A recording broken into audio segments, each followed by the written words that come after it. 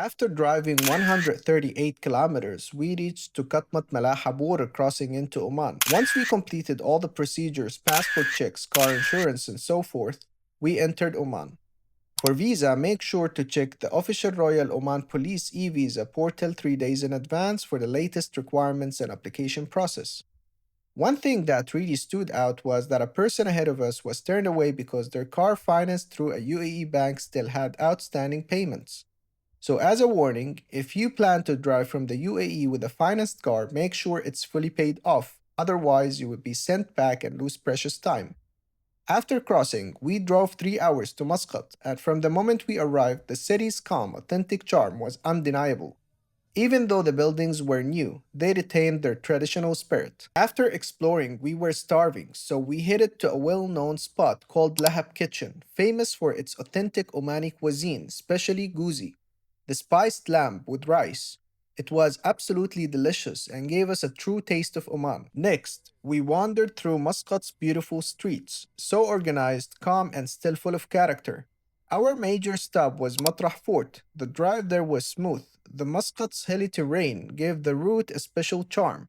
Once we arrived, we parked and walked up toward the fort. Our first stops were the Matrah Mosque and the Museum of the People. Though we didn't go inside, I showed you the exterior. As we walked uphill, a vintage car caught my eye. It was a classic car loaded with furniture. I loved capturing that moment. Continuing upward, we admired the simple, charming neighborhoods that kept their original character. Once we reached the fort, we bought our tickets and began the long climb up the stairs. The ascent was tough, but once we reached the top, the view was incredible, overlooking Matrah Beach. A large ship sat in front of the fort. I am not sure if it stays there, but the view was breathtaking. The tickets for two were 2 rials and 200 paisa, and the staff treated us so well, giving us a discount. Usually it would have been more, big thanks to them. Inside the fort, we explored its landmarks, marveling at the details and views that take you back in time. To give you more context, Matrah Fort was a defensive structure for Matrah Port built in 1150 AD, known for its strong walls and watchtowers. Today, it's a tourist site with enhancements over the years. Once we finished, we returned to where we started and walked toward Matrah Corniche.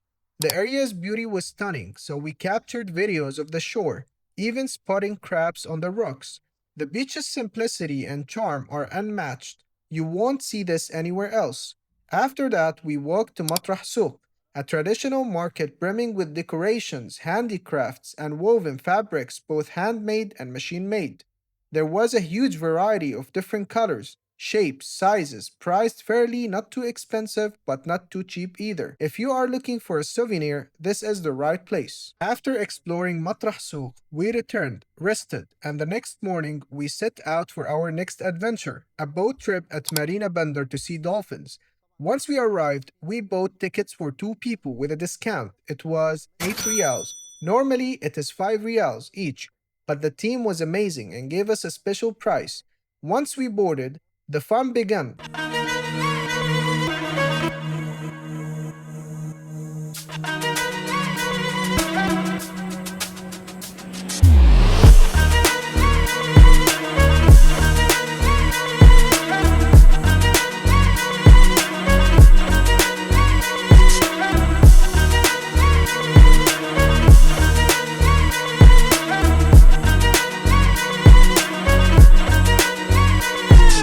This trip was exciting and absolutely worth it.